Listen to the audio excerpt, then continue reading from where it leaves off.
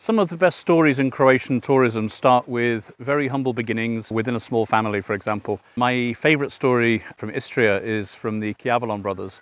And this all started when a 13-year-old boy was tasked to look after 30 olive trees that belonged to his grandfather. Today, Chiavalon brothers are known as one of the world's best olive oil producers, and indeed last year they were voted the best olive oil hospitality in all of Europe. Back in the early 1970s, a chap called Branko from a village called Otrovanec near Vidovitica decided to go to Germany to learn how to do hospitality. His wife was a bit surprised when he turned back 7 days later. He told her that he knew everything about running a restaurant and he was going to open a restaurant in the village. That actually became the oldest rural tourism in Croatia, and Zlatni Klas in Otrovanec is one of the leaders in the country today. And today I've stumbled across a quite phenomenal story in a village called Garcin, about 15 minutes east of Slavonski Brod, where we spent a fantastic weekend.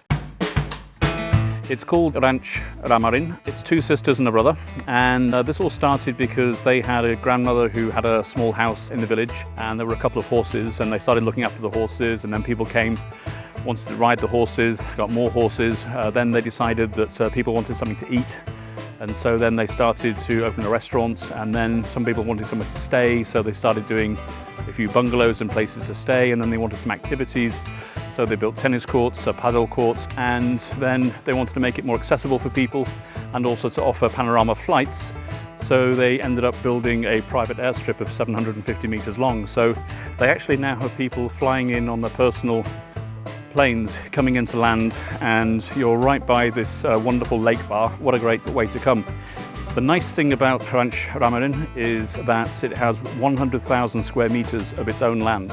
So it is in complete control of expanding what it's doing. It has no neighbours, and they are very, very much meeting the demands of their customers. So at the moment, as you can see over here, we have a 18-room 4-star hotel which will be opening in May of 2025. There are also plans to build a swimming pool and a small sauna as well in there. And so with the travel time from Zagreb, less than 2 hours away, this to me is a phenomenal, safe place to come for families. There is so much to do for the kids. It's in nature, there is so much thought and planning going into it. And so if you look from the air, for example, you see the lake over here is actually designed in the shape of a horse. And then underneath the lake bar, you'll see there is the entrance here to the winery. The husband of one of the sisters is the chief winemaker, so they make their own wine. They do Graševina, Praminac, sweet wine, and also a semi-dry Pinot Noir. And they have some also liqueurs and rakias that they do. And then they also have a restaurant, two restaurants really, one more sort of modern, and then they have this more classic, authentic one through here, which is much more like in an old pub kind of style. And then they have a lot of outdoor space, and you can actually have the horses coming right next to you, as we did today as we sat down for lunch. And obviously for events like weddings, this is a prime location because there's so much space and so much hospitality experience. As for the food, well, we decided to give it a try, and we wanted to try as many local things as possible.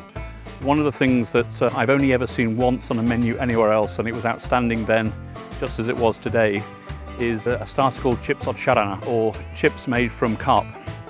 And as you can see, it was just lovely. It was a perfect way to start. And then we went through some of the Slavonian classics. We had the very tasty sort of stew Ciavalon, which is a speciality in Slavonia. We also had the Slavonian black pig, tomahawk with beautiful puree and so on.